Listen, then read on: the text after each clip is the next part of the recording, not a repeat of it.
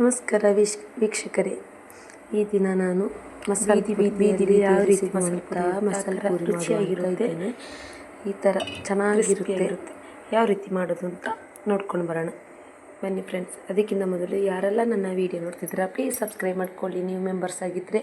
ಹಾಗೆ ಲೈಕ್ ಮಾಡಿ, ಶೇರ್ ಮಾಡಿ, ಸಪೋರ್ಟ್ ಮಾಡಿ. ನೋಡ್ಕೊಂಡು ಬರೋಣ ಬನ್ನಿ ಯಾವ ರೀತಿ ಮಾಡೋದು ಅಂತ. ಒಣ ಬಟಾಣಿ ತಗೊಂಡಿದ್ದೇನೆ. ಹಾಗೆ ಚೆನ್ನಾಗಿ ವಾಶ್ ಮಾಡ್ಕೊಳ್ಬೇಕು 3 ಸಲ. ಹಾಗೆ ಬಿಸಿ ನೀರು ಹಾಕ್ಕೊಳ್ಬೇಕು ತೊಳೆದಿಟ್ಕೊಂಡ್ಮೇಲೆ. 2 ಗಂಟೆ ಹೊತ್ತು ನೆನೆಸಿಡಬೇಕು. ಒಂದು ದಿನ ಇಡೀ ನೆನೆಸಿಡಬೇಕು ಅಂತಿಲ್ಲ, 2 ಗಂಟೆ ನೆನೆಸಿಟ್ಕೊಂಡ್ರೆ ಸಾಕು ಬಿಸಿ ನೀರಲ್ಲಿ. ಹಾಗೆ ನಾನು ಕುಕ್ಕರಿಗೆ ಹಾಕ್ಕೊಳ್ತಿದ್ದೀನಿ. ಹಾಗೆ ಬಟಾಟೆನ, ಆಲೂಗಡ್ಡೆನ ಈ ಥರ ತುಂಬ ಸಣ್ಣದಾಗಿ ಹಚ್ಕೊಳ್ಬಾರ್ದು, ದೊಡ್ಡ ದೊಡ್ಡದಾಗಿ ಹಾಕಬೇಕು. ಹಾಗೆ ರುಚಿಗೆ ತಕ್ಕಷ್ಟು ಉಪ್ಪು ತುಂಬ ಸ್ವಲ್ಪ ಹಾಕ್ಕೊಂಡ್ರೆ ಆಯಿತು. ಹಾಗೆ 6-7 ವಿಶಿಲ್ ಹಾಕ್ಸ್ಕೊಳ್ಬೇಕು. ನಾನು 6-7 ವಿಶಿಲ್ ಹಾಕ್ಸ್ಕೊಂಡಿದ್ದೀನಿ. ಹಾಗೆ ಒಂದು ಬಾಣಲಿಗೆ ಆಯಿಲ್ ಹಾಕ್ಕೊಂಡು ಚಕ್ಕೆ ಲವಂಗ ಹಾಕ್ಕೊಳ್ತಾ ಇದ್ದೇನೆ. ಸ್ವಲ್ಪ ಎಣ್ಣೆಲಿ ಹುರ್ಕೊಳ್ಬೇಕು. ಹುರ್ಕೊಂಡ ನಂತರ ಜೀರಿಗೆ ಹಾಕ್ಕೊಳ್ಬೇಕು. ಜೀರಿಗೆ ಹಾಕಿ ಹುರ್ಕೊಳ್ಬೇಕು. ಸೋಂಪಿದ್ರೆ ಸೋಂಪು ಹಾಕ್ಕೊಳ್ಳಿ, ನಾನು ಹಾಕಲಿಲ್ಲ, ಲೆಸ್ ಮಾಡ್ಕೊಂಡಿದ್ದೀನಿ ಸೋಂಪು. ಹಾಗೆ 2 ನೀರುಳ್ಳಿನ ಕಟ್ ಮಾಡ್ಕೊಂಡಿರುವ ನೀರುಳ್ಳಿ ಹಾಕ್ಕೊಳ್ತಾ ಇದ್ದೇನೆ. ನೀರುಳ್ಳಿ ಹಾಕ್ಕೊಂಡು ಫ್ರೈ ಮಾಡ್ಕೊಳ್ಬೇಕು. ಸ್ವಲ್ಪ ಹಳದಿ ಕಲರ್, ಅರಿಶಿನ ಕಲರ್ ಬರಬೇಕು. ಹಾಗೆ 8-9 ಬೆಳ್ಳುಳ್ಳಿ ತಗೊಳ್ಬೇಕು. ಸುಲಿದಿಟ್ಕೊಂಡಿರುವಂಥ ಬೆಳ್ಳುಳ್ಳಿ ಹಾಕಿ ಅದಕ್ಕೆ ಚೆನ್ನಾಗಿ ಫ್ರೈ ಮಾಡಬೇಕು. ಹಾಗೆ 8-9 ಬೆಳ್ಳುಳ್ಳಿ ತಗೊಂಡ್ರೆ 1 ಇಂಚು ಅಷ್ಟು ಶುಂಠಿ ತಗೊಳ್ಬೇಕು. ಹಾಗೆ 2 ಹಸಿಮೆಣಸು ತಗೊಂಡಿದ್ದೇನೆ. ಹಸಿಮೆಣಸು ಹಾಕಿ ಫ್ರೈ ಮಾಡ್ಕೊಳ್ಳಿ. ಹಾಗೆ 1 ಟೊಮೆಟೊ ದೊಡ್ಡ ದೊಡ್ಡ ಪೀಸ್ ಕಟ್ ಮಾಡ್ಕೊಳ್ಬೇಕು. ಹಾಕಿ ಚೆನ್ನಾಗಿ ಫ್ರೈ ಮಾಡಬೇಕು.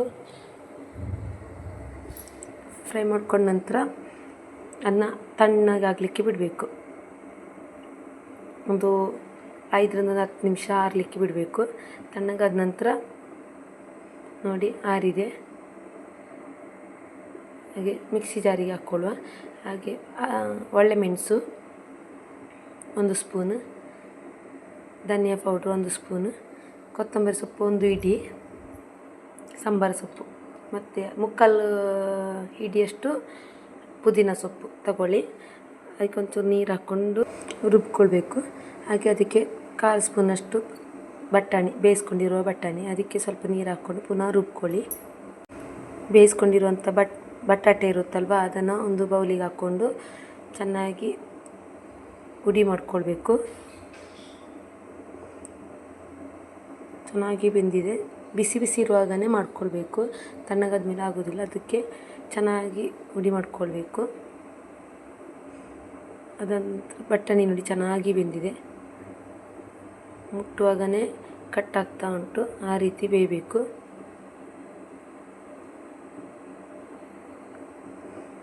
ನೋಡಿ ಹಿಂಗೆ ಬಟಾಟೆ ಚೆನ್ನಾಗಿ ಉಡಿಯಾಗಿದೆ. ಹಾಗೆ ಪಪ್ಪಡ, ಪಾನಿಪುರಿ ಪಪ್ಪಡ ಅಂತ ಹೇಳ್ತಾರೆ, ಕೇಳಿದರೆ ಸಿಗುತ್ತೆ.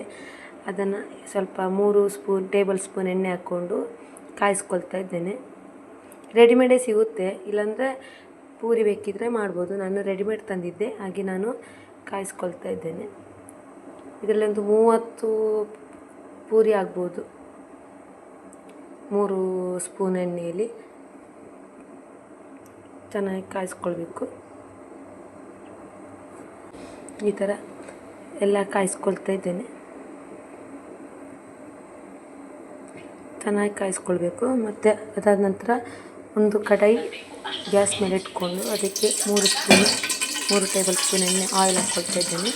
ಹಾಗೆ ರುಬ್ಕೊಂಡಿರುವಂತಹ ಸಾಂಬಾರು ಸೊಪ್ಪು ಇದೆಲ್ಲ ಐಟಮ್ಸ್ ಉಂಟಲ್ವ, ಅದನ್ನೆಲ್ಲ ಹಾಕ್ಕೊಳ್ಬೇಕು. ಹಾಕ್ಕೊಂಡು ಸ್ವಲ್ಪ ನೀರು ಸೇರಿಸಿ ಅದರ ಅರ್ದಿರುವಂಥ ಮಸಾಲೆಯನ್ನು ಸೇರಿಸ್ಕೊಂಡು ಸ್ವಲ್ಪ ಹಸಿ ವಾಸನೆ ಹೋಗೋ ತನಕ ತಿರುಗಿಸ್ಕೊಳ್ತಾ ಇರಬೇಕು.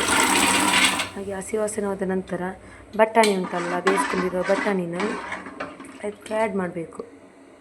ಆ್ಯಡ್ ಮಾಡ್ಕೊಂಡ ನಂತರ ಬಟಾಟೆನ ಅದಕ್ಕೆ ಸೇರಿಸ್ಕೊಳ್ಳಿ. ಸೇರಿಸ್ಕೊಂಡು ಚೆನ್ನಾಗಿ ತಿರುಗಿಸ್ಕೊಳ್ಬೇಕು. ಗಂಟಾಗಿ ಇರಬಾರ್ದು, ಹಾಗೆ ಚೆನ್ನಾಗಿ ತಿರುಗಿಸ್ಕೊಳ್ಬೇಕು.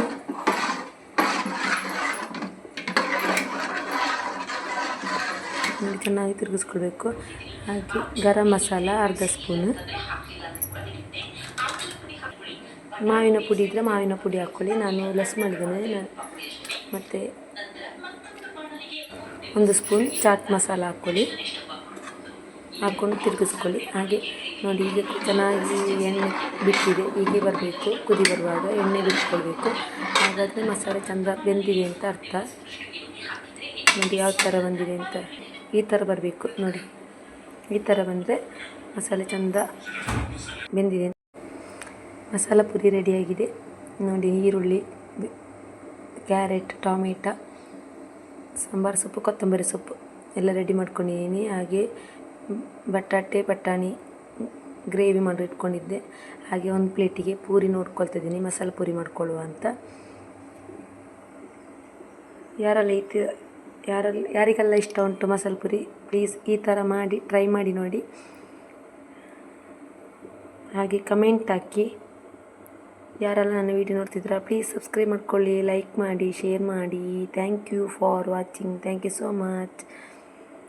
ನೆಕ್ಸ್ಟ್ ವ್ಲಾಗದೊಂದಿಗೆ ಸಿಗೋಣ. ತುಂಬ ದಿನ ನಂತರ ಒಂದು ವೀಡಿಯೋ ಅಪ್ಲೋಡ್ ಮಾಡ್ತಾ ಇದ್ದೇನೆ. ನೆಕ್ಸ್ಟ್ ವ್ಲಾಗದೊಂದಿಗೆ ಸಿಗೋಣ. Thank you for watching. Tata, bye bye.